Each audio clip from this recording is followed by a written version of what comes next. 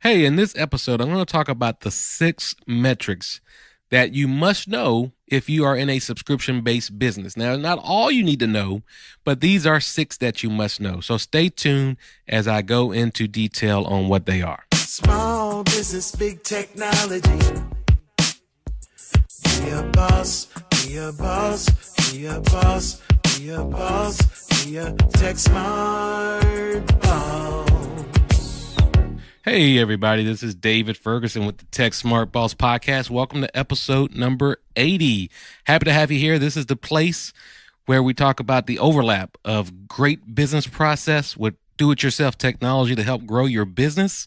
So if those things are of interest, then this is the right place to be. Got a kind of an interesting show today. Not going to talk a lot about technology, more on the business process side, and more specifically, we're going to talk about 6 metrics that if you're in a subscription-based business, you should know for your business. When I say subscription-based, that doesn't just mean software. And a lot of times when we hear about subscription-based business, people think that just defaults to software industry.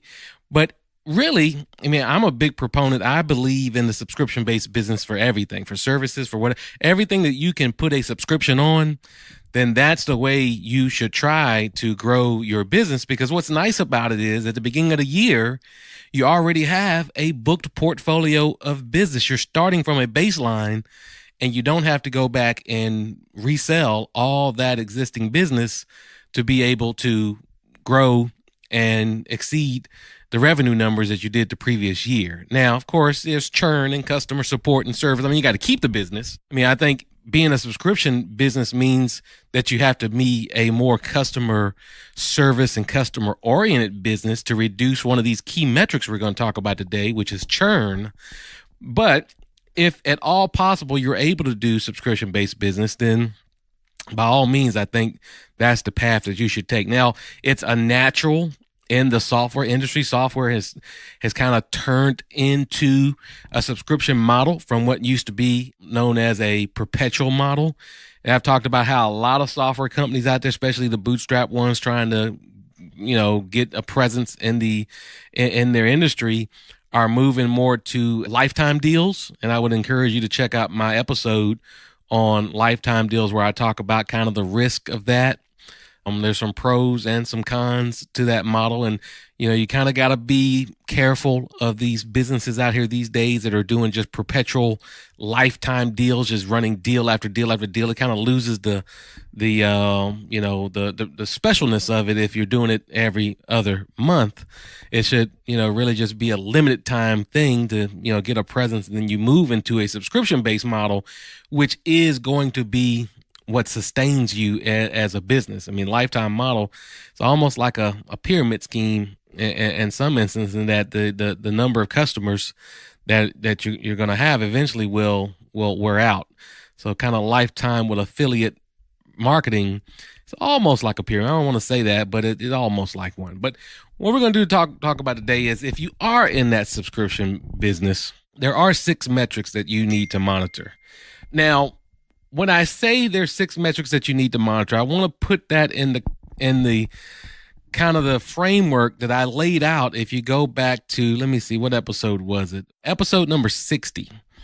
So I definitely want you to go back and listen to episode number 60, where I talked about how to determine the key performance indicators that become the levers of your business. The key there are what's called leading indicators versus lagging indicators. And what you really need to monitor in your business are your leading indicators. And I go into that in great detail in episode 60.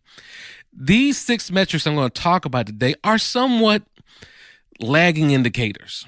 So these are not things that you're going to necessarily use to drive your operations, drive your business on a day-to-day. You definitely can pay attention to them.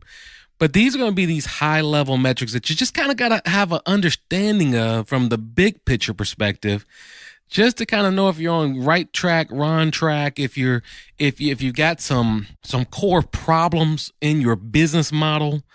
These are things that kind of verify what you probably already know in your gut. And they're good to have. They're good for benchmarks. They're good for that quick look, just to have that sense of, yeah, I'm on top of things. Some of these fall into what I call the vanity metrics, the eye candy metrics, if they're not backed up with some leading indicator metrics that you're really running your operations on. So be sure to listen to episode 60. I don't want you to take this podcast episode by itself and think that this is all you need, but these are things that you should know. Now, let's list what they are, and then what I'm going to do is go into some discussion on each, how you calculate it, what you should do with it, things like that. The 6 that I recommend are monthly recurring revenue, also known as MRR. You could do that in the annual, but I like to keep it in monthly. Lifetime value, LTV, lifetime value of of a customer. Churn, I mentioned churn. We're going to talk about churn, very important. Average revenue per account, ARPA. Sometimes you'll see this as ARPU, ARPU, which is average revenue per user. So it kind of depends on your business.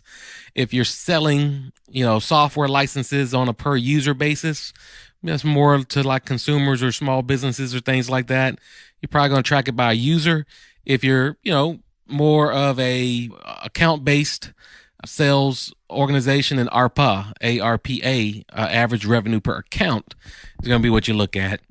We're going to talk about this thing called quick ratio, and this is going to be quick ratio from a subscription basis, not necessarily if you're old school financial person.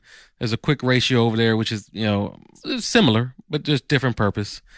And then the 6th one we're going to talk, is that 6? Let's see, 1, 2, 3, 4. Yeah, 6. The 6th one we're going to talk about is customer acquisition cost, which is a little bit different. We're going to talk about those. If you have an understanding of what those 6 things are in your subscription-based business, then again, you have a good, big, high-level performance picture of how things have been operating, historically, and looking back 30 days and comparing that to that. You can see a trend line if you're on the right track, wrong track. I don't want you to infer that these metrics give you everything you need to know to run your business, but these are going to give you that sanity of mind. You don't need to be in panic mode per se, or that things are going right, and kind of give you the vision on what you need to do over the next 90 days, let's say, if you see things going the wrong direction, or if you want to continue what you're doing. So again, episode 60 is going to be my mainstay podcast on leading indicators, but these are things you should know from script. So let's talk about now. This, podcast is a little tough on this because I normally do this as a webinar in my primary business, which is Yerby. 5,000 Fish is my company, and Yerby is our product, and it's a business intelligence dashboard and reporting solution that we sell to partners who want to embed business intelligence into their applications, into their on-premise or SaaS applications. We also have half our customers are just, internal use for their own business, where they want to connect to their databases and share that information securely with their users without having to have a technical expert who knows how to write SQL queries and do all the things that traditional BI requires that you do. So I moved to a subscription model probably back in 2009. And, it's been a blessing. It's also been a curse to an extent, because you as an entrepreneur, you just kind of take it as a blow when somebody cancels your subscription. You really don't care what the reason is. I mean, I've had companies that say they got acquired or they went out of business. So yeah, of course they're not going to continue with your subscription, but just kind of like a mortal wound to you as an entrepreneur when somebody cancels your subscription. So, and then in some cases you get to a point where it's like you get one new one. For every one new you lose one. So you got that one step forward, one step back type of process there. But it is the best way to go. I mean, it's much better than having to fight for your business every year, start from scratch, where you do the perpetual license and maybe you don't have any more revenue from that company. Or if you're all software based, you have like a little maintenance stream that's optional from that company. If you do subscription basis, if they're using your product, then they're going to pay for it, which is a good thing. So as I was saying, I mean, I normally do this as a webinar where on the slides, I can show you examples and calculations and things like that. we don't have that visual here on a podcast. I may try to put a PowerPoint slide that I've used on the show notes of this. So if you want to look for those, techsmartboss.com/80 is where you're going to find the show notes for this episode. And if you don't see them out there, it just means I've been too busy to put them out there with the show. Just email me, david@techsmartboss.com. I'll be happy to talk to you, maybe even dig up a replay of a webinar that I've done on this topic. So david@techsmartboss.com and go to techsmartboss.com/80 for the show notes. I'm going to move kind of fast here because I don't want this podcast to go too long, and I want you to make sure that you get the highlights. What's nice about all of these is if you just Google them, you're going to find examples, equations. You're going to find a lot of probably people smarter than me talking about them. And there's a lot of things. But then on the flip side of that, you'll also find some confusion because many of these can be calculated different ways. There's different philosophies, schools of thought on how you calculate them, what you include, what you don't include, how sophisticated. My goal in telling you this is keep it simple. You can go a little bit overboard on this. You gotta, if you're, publicly traded or on the route to be publicly traded, you're going to have things a little bit more sophisticated in your accounting to roll up and build these numbers up. If you're just a small business, just keep it simple. Keep it simple. And that's what we're going to do today is talk about the keep it simple rate. Now, let's talk about churn. And I would say of all 6 of these, churn is the most important thing that you should keep your eyeball on. And what churn is basically the rate at which customers are canceling your subscription. It's the percentage of customers who stop paying you. They're no longer your customer. They were a customer at the beginning of the month. They're not a customer at the end of the month. They were a customer at the beginning of the year. They're not a customer at the end of the year. So it's a pretty simple calculation to do. Basically, you want to quantify the number of customers you have at the start of your period. And let's do all these from a monthly perspective. Start of the month, how many customers did I have? End of the month, how many customers did I keep? Did I still have?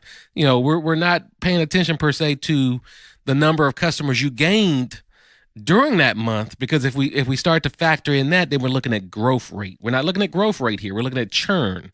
So you take a set of customers at the beginning of the month and you calculate how many you lost over the concept of that month. So this is irrelevant to how many you may have added in that month. So that's very important because that becomes growth rate at that point. We're talking about churn rate. And once you have that number of customers, let's say you started with 100 customers, you ended the month with 90. Of that 100, only 90 remain. You lost 10 customers. Then you divide that number by the number you had at the beginning. So 10 divided by 100. And you got, 10% churn rate, which is very bad. You want your churn rate typically to be as low as possible because when you have double-digit churn, if you factor that out on an annual perspective, what it basically means is that every customer you had at the beginning of the year, you lost by the time you got to the end of the year. You basically, it's almost like you lost the value of subscription-based business because you're out there hunting for customers. You're getting brand new customers every single month and you're losing your old customers. You might as well do perpetual, one-time sale at that point. And that's not exactly true, but that's essentially what's going on there. You want your churn to be as low as possible. And generally, you're talking about less than a percent. Like 0.6% is an ideal state to be from a monthly churn percent. That translates to an annual of about 5 to 7% annual churn, which is healthy. So that's where your target is. You can also look at this churn from a revenue. So if customers, again, all these metrics, what's key about these, and this is what most people don't really tell you about these metrics, you got to tie these metrics in. You got to align them with your customer personas or your customer segments. So go back and listen to my podcast on customer personas. Where the value of these metrics come is when you segment them by something, by geography, by your plan. Let's say you have 3-tier plan: basic, pro, enterprise, gold, silver, platinum, whatever your plans might be called. You don't want to look at these as a average of everything. You can have that number, But where you get your value is looking at the segmentation, because when you look at the segmentation, then you see the areas that are of concern. If you're having more churn in your enterprise customers, for example, than you're having in your lower customers, that's a more serious problem because your enterprise customers are paying you more. That's where you can also take this churn rate and turn it into revenue versus number of customers. Look at the revenue at the start, the revenue at the beginning, divided by the revenue at the start. You've got a revenue churn rate. Your enterprise customers are going to totally skew that number because their revenue is going to be much larger than all your other customers. So you got to break it in. If you have a large geographical base, look at this from a geo perspective. If you have well-defined personas, like in our case, we have partner business, we have internal use business. We want to look at how many partners are churning versus how many internal business users are churning, those sorts of things. So churn is going to be the most important thing that you can monitor in your business. And you want to look across as many segments as you can. And what you want to do is, if you see churn happening, if you've got more than a healthy amount of churn, you got to dig into your process, understand why they're churning, talk to customers, do surveys, and then find those leading indicators that I talked about in episode 60 on how to prevent it. All right, let's keep moving because I could talk about churn for a whole podcast if I had to. Monthly recurring revenue, I would say, is your next one that you want to monitor. And that's going to be the number of customers you have multiplied by the average revenue per customer. Now, that's another metric that we're going to talk about here in a second, called the ARPA, ARPA. But so some of these, once you get some key metrics that kind of calculate each other. But let's talk about MRR, monthly recurring revenue. 4 types of monthly recurring revenue that I say you kind of take a look at. New revenue. This is revenue gained by new customers. So the number of new customers you have and the average per new customer. Expansion monthly recurring revenue. This is the upsells and the cross sales. This is existing customers who bought more, upgraded their subscription, moved from the pro to the enterprise level or something like that, or did some upsells. Contraction, they downgraded. So if you're subscription based and they were in one tier and they went to another, that's called contraction monthly recurring revenue. And then the churn, which is they canceled. And then you can factor into churn things like credit card failures if you're doing billing. We use Charge B as an example to do our billing. So really what you want to pay attention to is you want to look at all those 4 categories of monthly recurring revenue, but you also want to do the math to do what's called your net new monthly recurring revenue. That's going to be your new customers, revenue gained from your new customers, plus the expansion business, what you got from your upsells and your cross sales. Subtract that from your contractions, who downgraded and who churned. So new plus expansion minus contraction minus churn is going to give you your net new monthly recurring revenue. Couple key things. You got to make sure you pick the right time periods. If you're doing monthly, if you have an annual subscription, you got to divide it by 12. If you're doing a quarterly, you got to divide it by, 3. 1 quarter is 3 months. That's a tricky one. So you got to do your math right to get it into the monthly perspective. You also got to take into account coupons and discounts. So if somebody came on board and they're paying a little bit less than normal, you got to factor that in. You also got to remove one-time fees because we're talking about recurring revenue here. So if you've got some setup fees, you've got some hardware costs, you've got, travel expenses, whatever it might be, you got to remove that out of the equation because they don't belong in this MRR, monthly recurring revenue number. And then again, you got to look at the segmentation. Look at your plans, look at your personas, look at your geos, your locations.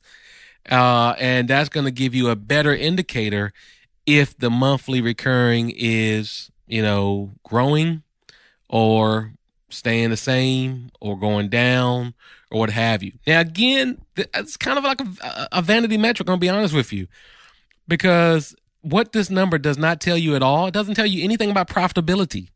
You could be growing. Your monthly revenue could be $1 million. If your expenses are 1.1 million, it doesn't matter.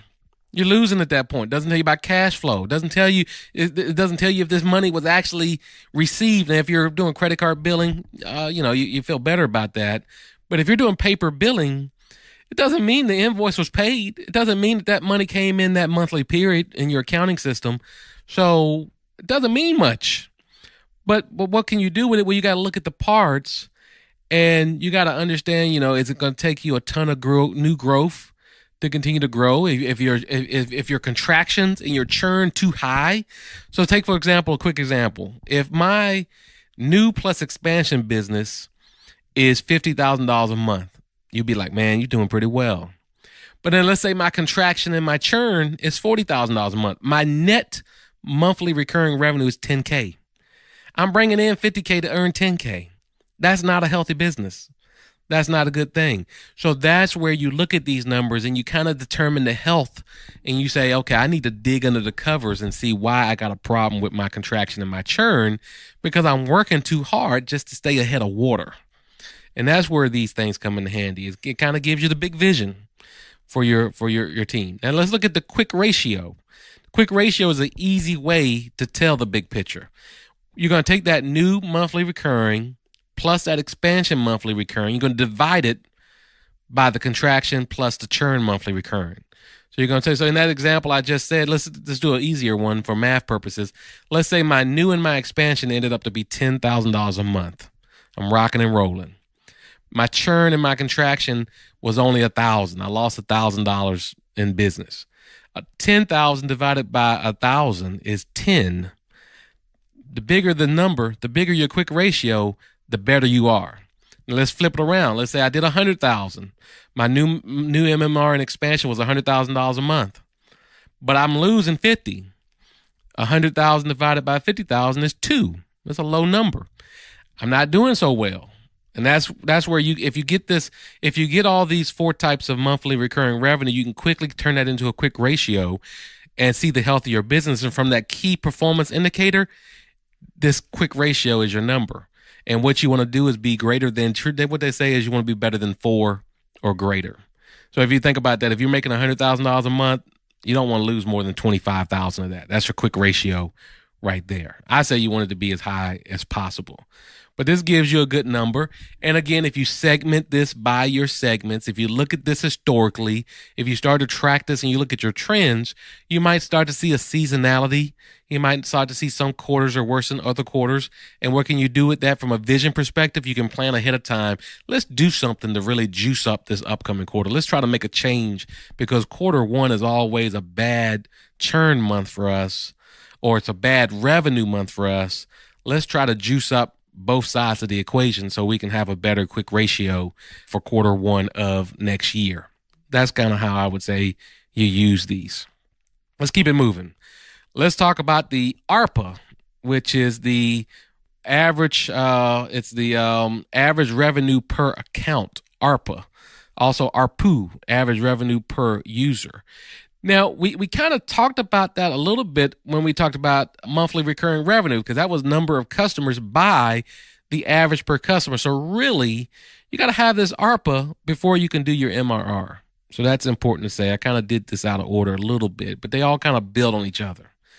So now this is extremely, it's a vanity metric. It means nothing. You're taking you're taking what you're doing, you're calculating your monthly recurring revenue. How much revenue do you have? How much revenue are you bringing in total?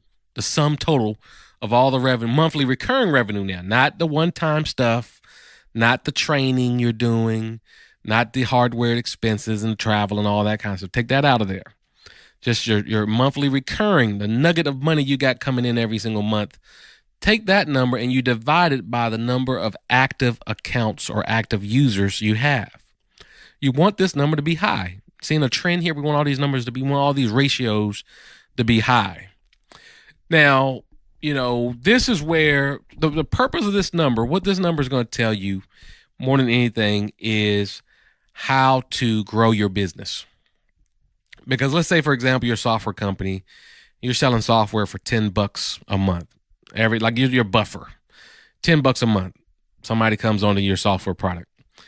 Your average revenue per user at that point is $10 a month. Now, you got some customers that pay more. You got pro plans, business plans, this kind of stuff. It probably net averages out to be a little bit higher than 10. But if you're at an average cost per customer of $20 per month, think about what that does to you. That limits, one, how much you can spend in sales and marketing for customer acquisition. We're going to talk about that in a second. That limits the amount of support you can do, because now, in order to grow, you got to have a whole lot of customers paying $10 a month. And if you have a whole lot of customers paying $10 a month, they're going to need a whole lot of support. So that means you really got to put your emphasis on self-service support. You got to really put your emphasis on knowledge portals and knowledge bases. Go check out the episode I just did on how to build one of those. But then let's flip that around. Let's say you're more of a service or enterprise business and things like that, and your average revenue per account is $10,000. Let's even say 100. What that means is, for you to grow, you got to have more dedicated sales teams, enterprise sales, and those sorts of things. So what this does is it dictates how your revenue grows. Do you need a large amount of customers to grow? Do you need a small amount? Also dictates your acquisition methods. Can I spend a lot of money on AdWords to go out there and try to, find business, or I need to do SEO and do content marketing? Can I hire a salesperson, or can I not hire a salesperson? There's a reason why when you go out and buy $10 software, you're not out there talking to a salesperson. They can't afford it. It's not a good model.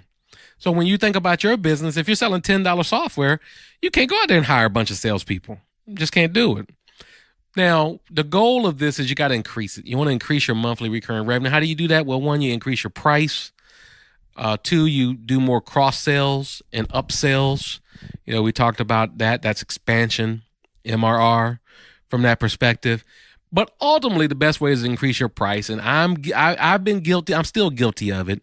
But as entrepreneurs, we always feel like a little self-conscious about our price. We kind of fear rejection. And we also know we need customers. So we're like, we don't want to price ourselves out the market because we're desperate right now. So we end up pricing too low. And then what happens, a combination of things. We might get customers. Customers don't value us because the price point's too low. Customers not engaged with us because they're not really paying that much. Guess what? That triggers more churn. And it's just a revolving cycle around that. You kind of want to raise your price. It's a much better to have, 10 customers paying 1,000 than 1,000 customers paying 10. Think about it that way. Now, it increases challenges. Your product has to have the value to support the price. I mean, there's all sorts of things. I'd do a whole nother podcast on how to price software. And, I'm not an expert in it, but I've been trying to do it for a long time. Last thing I want to talk about, the ARPA. Again, it's a vanity metric. You got to be careful. It doesn't really mean much. If you don't segment, one enterprise customer can screw it up. You need segmentation. If I got one customer paying $100,000, I got a whole bunch of other customers paying 10, I lose my $100,000 customer. My ARPA just went out the window. It's useless. So again, all of these, you have to build a set of segmentations that you look at it in order to be valuable and to drive some decisions. And what that'll help you do is you'll say, I need to grow my enterprise business. I need to grow my midline business. I need to grow my pro business, whatever your tier might be. Let's move on. Lifetime value. Hopefully it's a long time, but your lifetime value, that's a total amount of money that you expect to make from your customer over the lifetime that they are with you. Now, common calculation for this is the average revenue per account that we just talked about.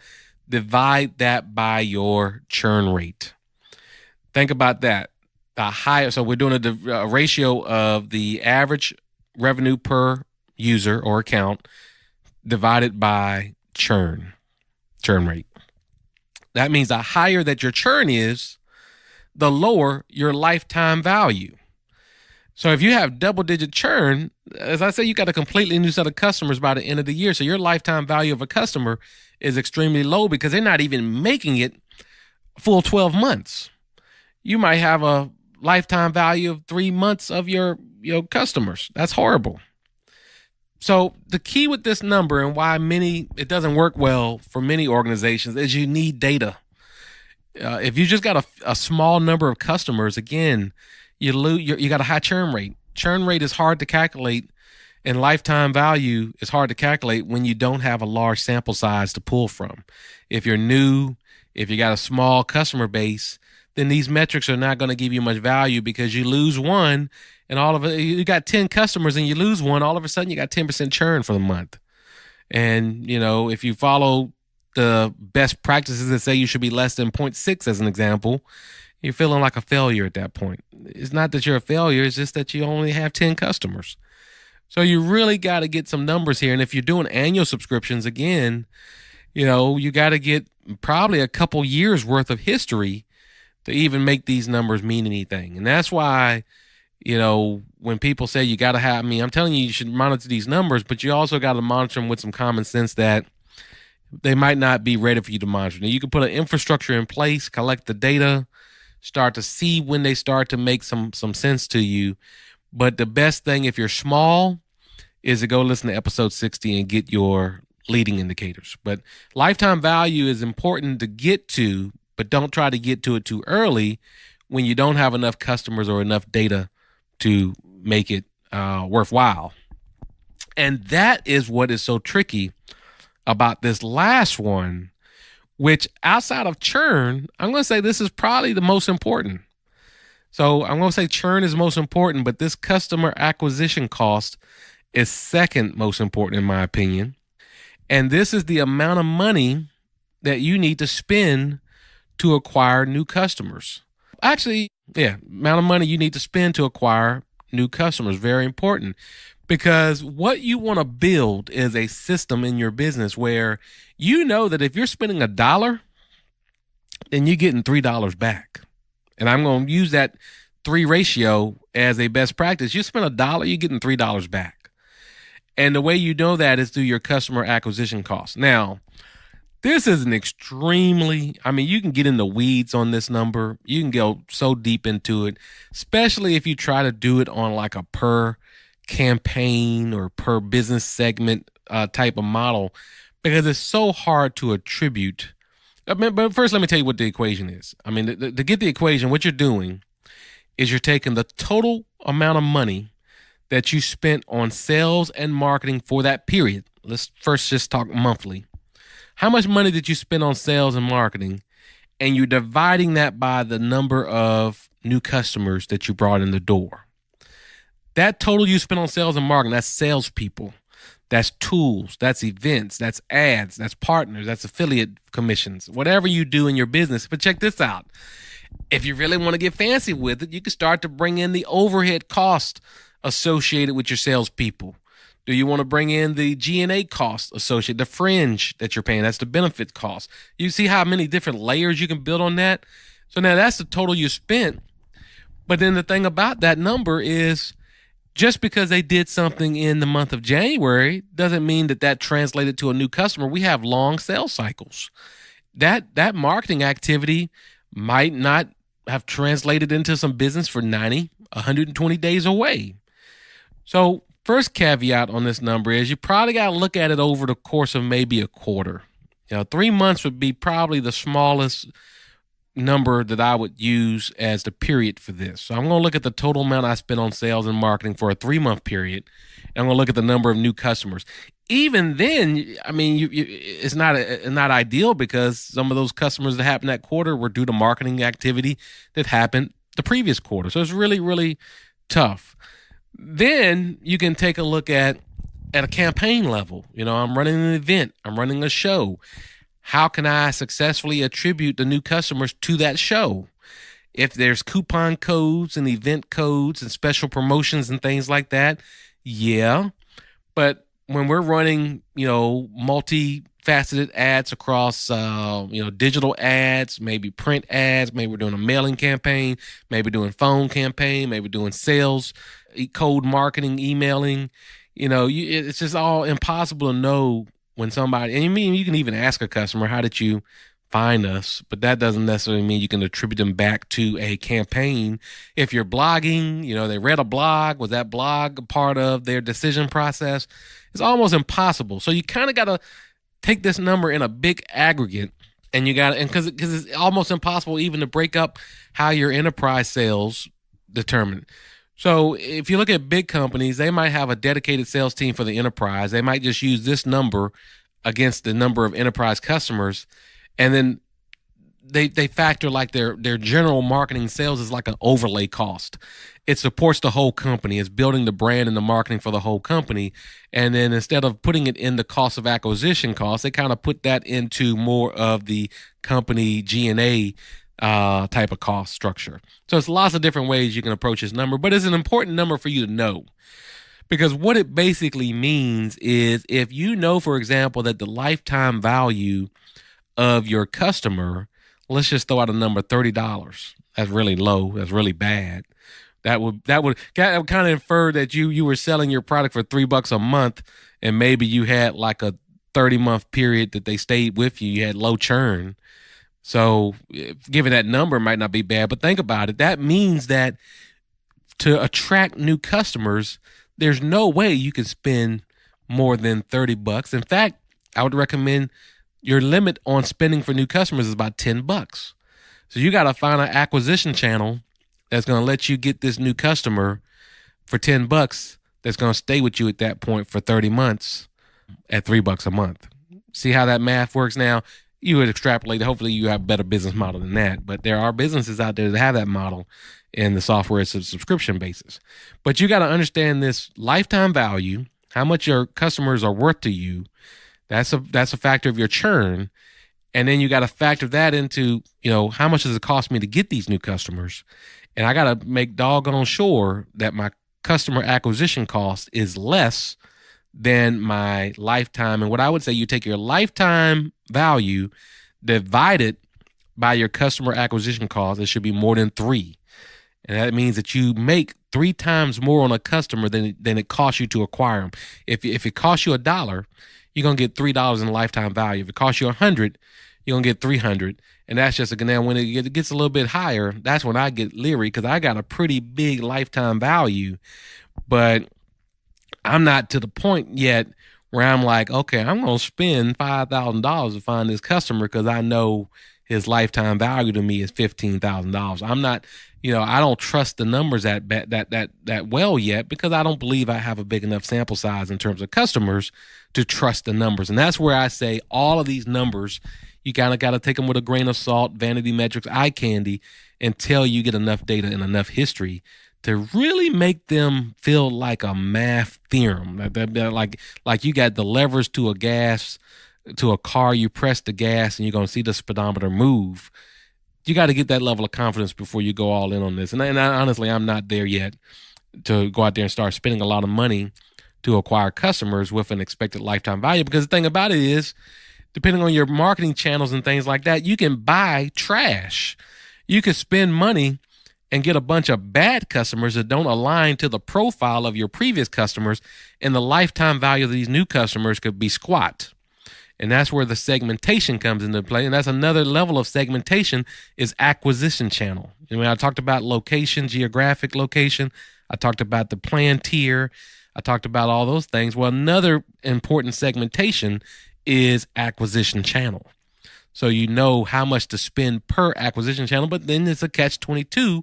How can you attribute it solely to that acquisition channel? Some are easy to attribute, some are not.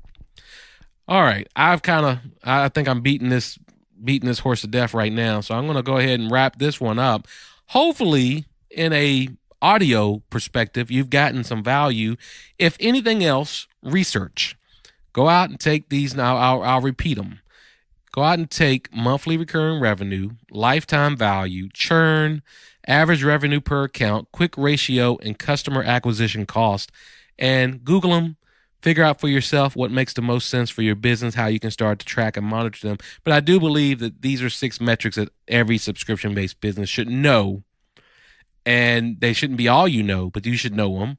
And then you should delve down into these from your leading indicators, figure out how to adjust them appropriately. And then these give you the big health picture over the course of time, not something that's necessarily actionable at the moment. So I'm going to wrap it up. Hey, I hope you love this show. Email me, david@techsmartboss.com. Let me know what you think. If you have any questions, check out those show notes. I'm trying to put some slides out there, techsmartboss.com/80. If you like this, share it with your network. Leave a rating and review on iTunes. Do all the great things. Subscribe on your favorite podcast player. And while you're out at techsmartboss.com, check out our YouTube channel and all the other stuff we're doing. And every Tuesday, we come out with a new episode, so stay tuned for that. And like I like to say every time I end, have a blessed week and continue to be a Tech Smart Boss. I'll talk to you next time. Small business, big technology. Be a boss, be a boss, be a boss, be a boss, be a Tech Smart